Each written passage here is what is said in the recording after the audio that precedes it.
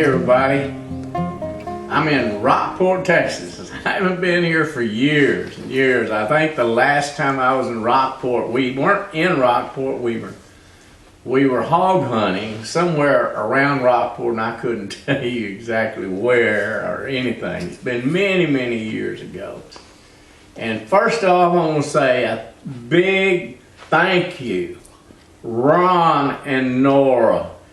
Y'all are the most fantastic people in the world. They've loaned us this house for several days. He's had this house now, I think it may have been his mom's, but he's got this house down here, offered it to us to stay down here for a few days, and we're down here for our anniversary, which is on the 23rd, and this is, I think, the 26th, the 16th.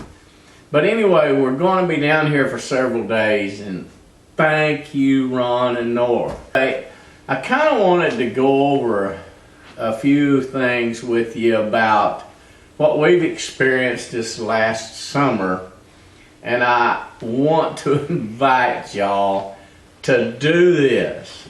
Do this. If you like to fish, you've got to do this.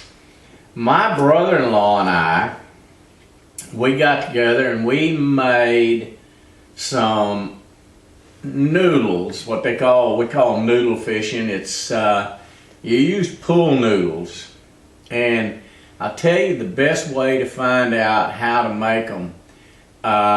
If you'll get on YouTube and look up Coon Creek Outdoors, how to build fishing noodles. That man is amazing on. He's got so many instructional videos out on trapping and fishing and whatever, but he tells you how to build the simplest noodle you can build, and look him up and build you some of these noodles and go out fishing with them. This has been an absolute blast. Me and my brother-in-law had so much fun. Well, what we do is you go out, and we took some worms and went out and we caught us a bunch of little bluegill, not very big, just little bitty ones like this.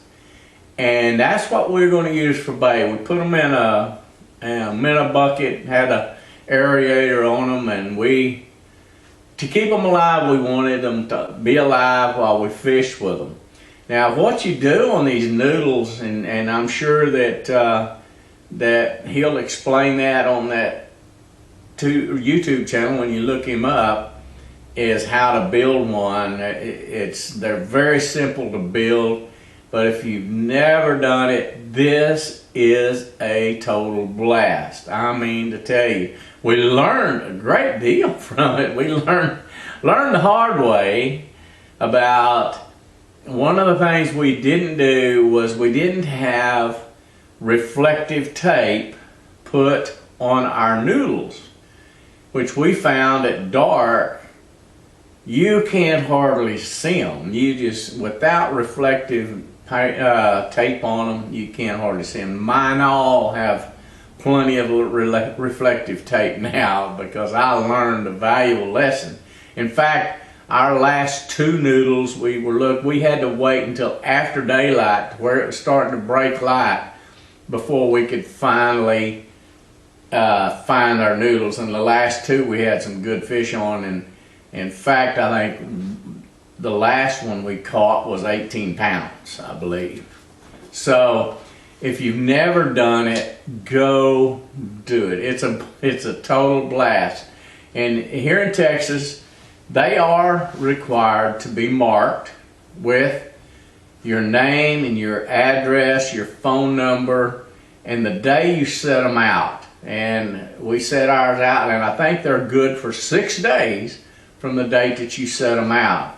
And what I did, we actually built cards that we put in plastic and sealed them, and then when we put our date on the back, we'll put the date in the back with just a magic marker, and a permanent marker, and then after the 6 days, if you do it again, you just take alcohol swab and wipe that off, clean it off, or acetone, whatever you use, clean that off and write the new date down. It works perfect right on the plastic, but you have to mark each one of your noodles, which, like I say, we've learned so much.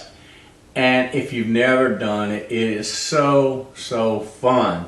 It's just like your bobber fishing, except you've got noodles. And we had the first night we had about 14 out, and I think a dozen to 15 is about all we're going to run, because that's about all we can keep up with, really.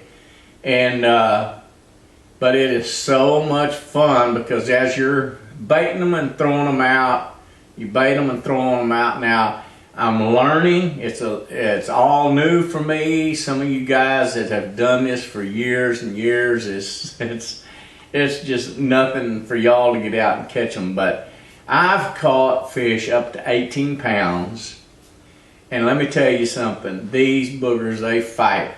And the challenge of it, what's so fun, is if you're going along and you're throwing these noodles out and you get them all put out, and we stage up somewhere, and maybe we may drop a hook down and fish a little bit, but we're watching those noodles, these pool noodles out through there, and all of a sudden you'll see one bob and stand up and go under. Some of them just bail, go under. You just automatically take off to go see what's on them, and it is so much fun, because as you get near that noodle, I mean, they take off, and usually you got good catfish on there. I mean, these are good eating catfish. Now, when we get up there, I won't be eating any over 20, 25 pounds. I don't believe I'll put those back. I would rather eat the fish that are anywhere from 5 to 8 to 10 pounds, 20 pounds. I'll eat them, but bigger, let them grow, let them go, and just let them breed. But anyway, this is a total blast. You got to try. I can't wait to get my grandkids out there this summer, spring and summer. I'm going to take those kids out, because I can just imagine all of the squealing and everything going on when they see the bobber, let's say, going up and taking off and going down under the water and everything, because those bigger catfish, they take them down underneath the water and take off, and they'll come up 15, 20 feet away. So anyway, something you got to try. I believe that it is a blast, and it's a blast for your family. You're going to have fun doing it. Me and Teresa have been out. We've been out with several of us that just had a blast. And me and my brother-in-law started doing it, and we fell in love with it. I believe that night. Now, you do need to fix you something. I ended up, now, we didn't the first night. Then my brother-in-law was just having to grab the noodle and then finally grab the line. And we did make us a stick with a hook on it to where we could grab the line, reach down and grab them a little easier. Get the noodle out of the water, and then pick it up and get you a big net with a long pole, a long handle on it. It's got to be a big net, because I'm not used to catching big catfish. I had never caught catfish this big. So it's just something that you got to try. Get you a good net with a long handle, and so you can get that thing underneath them and pull up a 15, 20 pound fish. It is a blast. Y'all need to go try it, and I'm telling you, you'll enjoy it. But anyway, it was just a little one that I wanted to tell you about, that I think that you ought to try this spring and summer, and especially when these catfish start to spawn. I can only imagine you could probably shorten your lines to 2 and 3 foot and throw them up in the shallows and probably catch some whoppers up in there too. But it's an experiment that we're going to have to find out this year. So I'm going to learn. It's a learning experience. Been a learning experience for us. But anyway, y'all try it. I think you'll like it. All right? We'll talk to you later. Oh, maybe 8 or 9 pounds, maybe. I don't know. Where's your scale? I don't know. I'm going to weigh in here in a minute to find out. But those I thought were actually, when you looked at them, they thought they were more like 20. See, Lannie?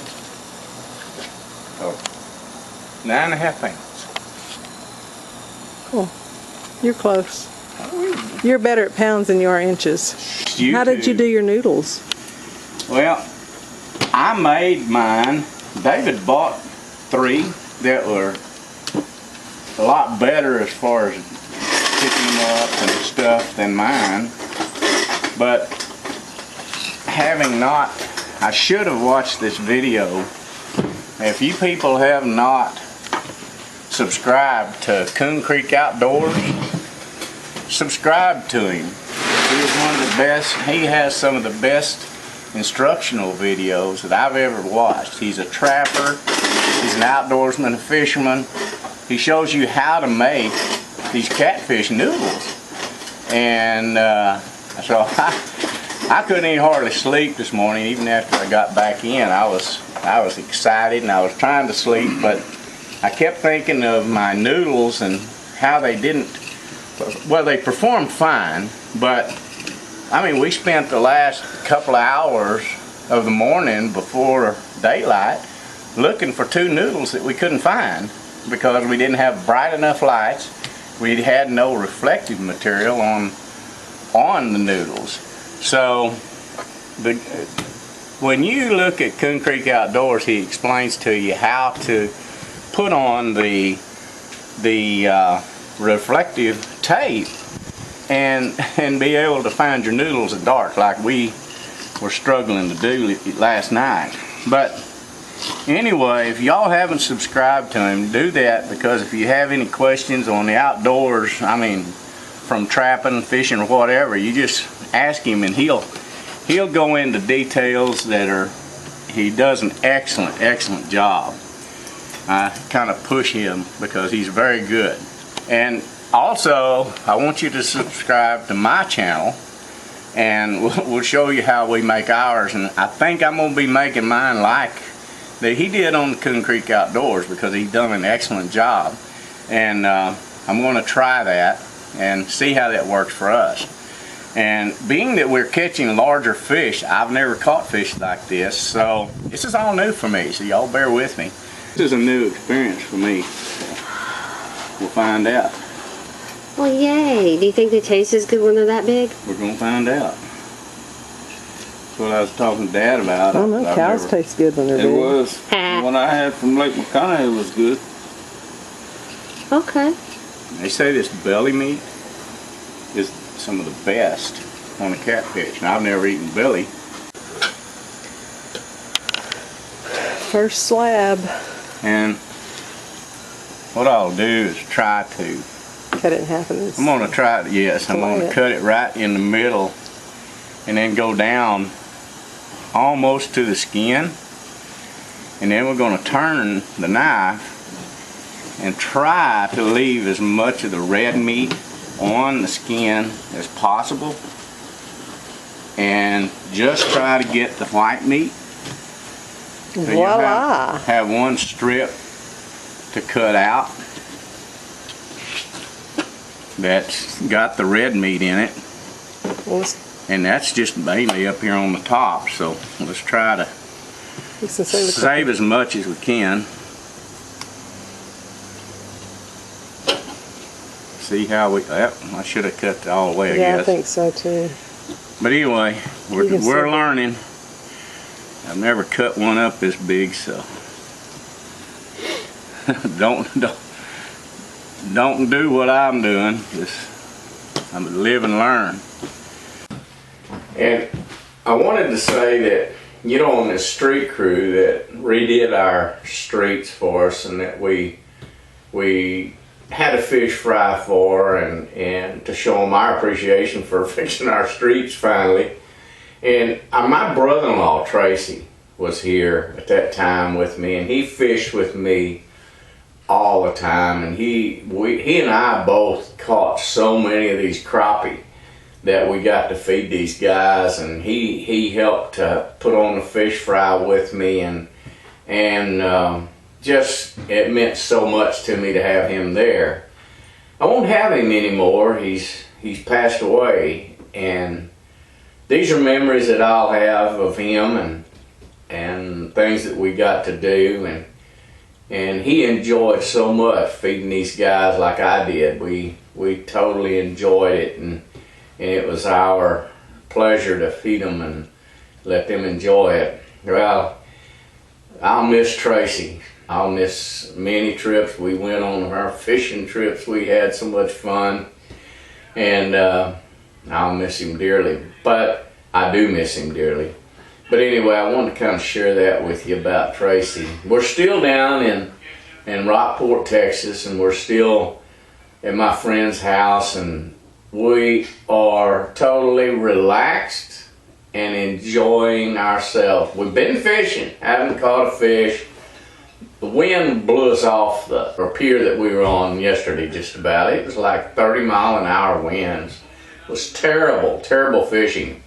Actually, one guy did catch a big black drum, I think that was like 38 inches long or something like that.